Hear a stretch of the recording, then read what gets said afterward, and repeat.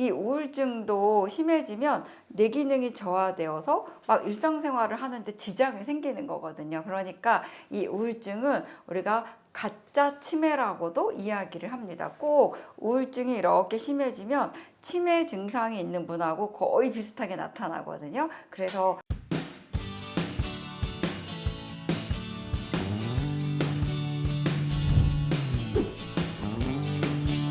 안녕하세요. 이은아의 치매를 부탁해. 신경과 전문의 이은아입니다. 지난 시간에 제가 치매의 또 다른 원인 우울증 자가 진단하기에 대해서 말씀드렸는데요. 혹시 다 한 번씩 해보셨나요? 그 점수가 얼마나 됐는지 한번 꼭 해보시도록 하고요. 제가 이번 시간에 여러분들과 함께 나눠볼 주제는요, 우울증 극복하기와 우울증의 또 다른 증상에 대해서 말씀드리도록 하겠습니다. 이런 증상이 뭐냐면 체중이 갑자기 줄거나 갑자기 늘어났다면 반드시 우울증을 의심해야 됩니다. 아니 원장님, 체중이 주는 거하고 또 느는 거하고 우울증하고 무슨 상관이에요? 내가 요즘에 막 몸무게가 막 늘어서 진짜 너무 스트레스 받는데 별 얘기를 다 하시네. 전 우울증 없어요. 막 이렇게 이제 얘기하시는 분들 있는데, 우리가 우울하게 되면 우리가 이 식욕 저하가 이제 생기거나 또는 식탐이 많아지게 됩니다. 그래서 이거는 우리 뇌 안에서 어떤 신경 전달 물질이 변화하게 됩니다. 그래서 머리에서 너 이제 그만 먹어도 돼. 그만 먹어도 영양 상태가 충족이 됐고 더 먹으면 힘들어. 이렇게 뇌가 반응을 하거든요. 신호를 줘서 우리가 이제 과식을 하지 않게 이렇게 이제 조절을 합니다. 또 한쪽의 뇌에서는 너 배고프잖아. 이거 먹어야지 살아. 먹어야지 심장도 돌아가고 그 다음에 당도 대사가 되고 너가 몸을 움직일 수가 있고 기억도 할 수가 있어. 이렇게 뇌에서 섭식에 관한 중추들이 이렇게 작용을 하게 됩니다. 그게 다 뇌에서 이렇게 작동을 하는 거거든요. 우리가 시소가 마치 이렇게 올라갔다 내려갔다 하는 것처럼 음식을 섭취하게 하고 음식을 그만 먹게 하는 것도 다 뇌에 있는 그 뇌세포들이 이제 하는 일입니다. 그런데 이 우울증이 생기게 되면 이 뇌세포 안에 어떤 신경 전달 물질의 균형이 깨지는 거죠. 그래서 내가 배가 고파도 배고픈 걸 못 느끼게 됩니다. 그러니까 식사도 잘 안 하게 되고, 그러니까 결국에는 몸무게가 이유 없이 이제 줄어들게 되는 거죠. 그 다음에 또 어떤 분들은 너무 많이 먹는 거죠. 먹어도 배가 부르지가 않아요. 그러니까 그냥 먹고 또 먹고. 그래서 이 우울증을 진단할 때 이유 없이 내 몸무게의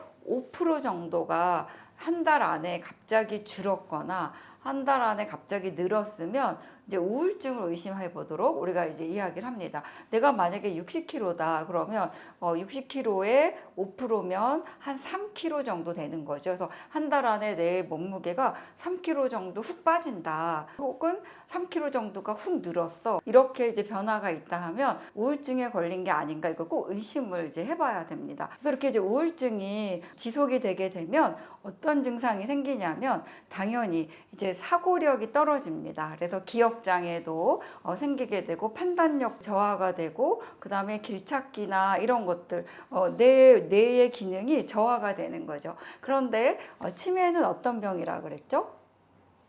치매는 뇌 기능이 저하되어서 일상생활을 혼자서 할 수 없는 병이라고 이제 말씀을 드렸습니다. 그런데 이 우울증도 심해지면 뇌 기능이 저하되어서 막 일상생활을 하는데 지장이 생기는 거거든요. 그러니까 이 우울증은 우리가 가짜 치매라고도 이야기를 합니다. 꼭 우울증이 이렇게 심해지면 치매 증상이 있는 분하고 거의 비슷하게 나타나거든요. 그래서 여러분들이 이 우울증에 대해서는 우리가 치매 증상인지 아닌지도 감별을 꼭 해야 되고, 또 치매의 원인이 되기도 하고, 그 다음에 치매에 걸린 분들이 또 우울이 나타나고 하기 때문에 반드시 우울증은 조기 진단하도록 우리가 이제 해야 됩니다. 그러면 우울증을 극복하는 이제 방법에 대해서 말씀드리도록 하겠습니다. 첫 번째는 나 이상해요, 나 우울해요 라고 말로 표현을 해야 됩니다. 그래서 그냥 내가 잘 참고 나 혼자 그냥 이 힘든 걸 넘어가지, 내가 뭐 이렇게 내가 이야기하면 우리 가족들이 다 힘들어 할 텐데 뭐라고 표현을 해, 이러고서 그냥 혼자 참고 있다가 진짜 큰일이 나거든요. 왜냐하면 이제 우울하신 분들이 우리가 극단적인 선택을 하는 경우도 있잖아요. 그래서 내가 우울한 증상이 있고 우울증 자가진단에서 우울함으로 이제 진단이 됐다면 나는 나 이상해 우울해라고 이제 이야기를 하는 순간 이 사람의 우울증에 대해서 옆에 있는 분들이 이렇게 이제 자각을 하게 되는 거고요. 그다음에 혼자 꽁꽁꽁 이 우울함을 내 마음속에 가둬두질 않기 때문에 더 크게 악화되지 않을 수가 있습니다. 두 번째는 나 말고 다른 사람도 똑같이 힘들어 라고 이제 생각을 해보십시오. 주식도 막 떨어지고 부동산도 떨어지고 뭐 금리는 오르고 막 이러니까 진짜 힘들죠. 그래서 왜 나한테 이런 일이 생기지? 나한테만 왜 내가 이렇게 운이 없지? 막 이제 이렇게 막 이렇게 자학하고 내가 뭘 잘못했을까? 막 이렇게 생각에 빠져서 자꾸 이 그림자 속으로 이렇게 숨어드는 그런 이제 증상들이 심해지는데 이게 우울증의 증상이거든요. 그런데 여러분들이 이렇게 눈을 크게 뜨고 이렇게 고개를 살짝 돌려만 봐도 나 말고 옆집 사람, 내 친구들도 주식에 투자한 사람들은 또 많이 다 떨어졌단 말이죠. 항상 나만 힘든 게 아니라 다른 사람도 나랑 똑같이 어렵고 힘들구나 라는 생각을 꼭 한 번씩 하셔야 됩니다. 세 번째는 무조건 집 바깥으로 나가서 걷거나 뛰셔야 됩니다. 우리가 햇빛을 보면 비타민 D도 합성이 잘 되고 멜라토닌이라든지 이런 수면 호르몬도 더 합성이 잘 됩니다. 그 다음에 걷거나 뛰면 우리 몸에 행복 호르몬이라고 하는 세로토닌이라는 신경 전달 물질이 많이 분비가 되거든요. 그런 활동을 함으로써 세로토닌 분비가 많이 되면 우울증이 완화가 됩니다. 세로토닌은 우울증 치료제로 사용되는 그런 약물의 원료가 되거든요. 그 다음 네 번째는 하루에 적어도 3명에게 전화해서 수다 떨기입니다. 우울증이 생기면 내가 말하기 싫거든요. 귀찮고 그 다음에 듣는 얘기가 똑같은 것 같고 짜증나고 막 이러는데 무조건 3명에게 전화해서 안부 전화도 하고 그 사람이 어떻게 지내는지 아니면 제가 정말 할 수 없다. 내가 할 말이 없다. 그럼 나 우울한 것 같아. 이렇게 이제 이야기하는 그런 표현이라도 하셔야 됩니다. 그래서 네 번째는 하루에 무조건 3명에게 전화해서 수다 떨기를 한번 해보십시오. 다섯 번째는요. 이전 시간에 알려드린 우울증 자가진단 테스트를 하셔서 9점 이상이다 이렇게 생각되시면 바로 병원에 가셔서 상담을 하셔야 됩니다. 진찰을 해보고 약물 치료를 하셔야 되거든요. 그런데 우울증의 약물 치료는 초기에는 굉장히 소량의 약물로도 많이 좋아질 수가 있습니다. 아까 말씀드린 그 세로토닌이라는 신경 전달 물질 호르몬이 머리 안에서 오랫동안 지속이 돼서 우리 뇌를 행복하게 느껴질 수 있도록 하는 약을 좀 도와주는 거거든요. 이렇게 우울증을 극복해야 치매에 걸리지 않습니다.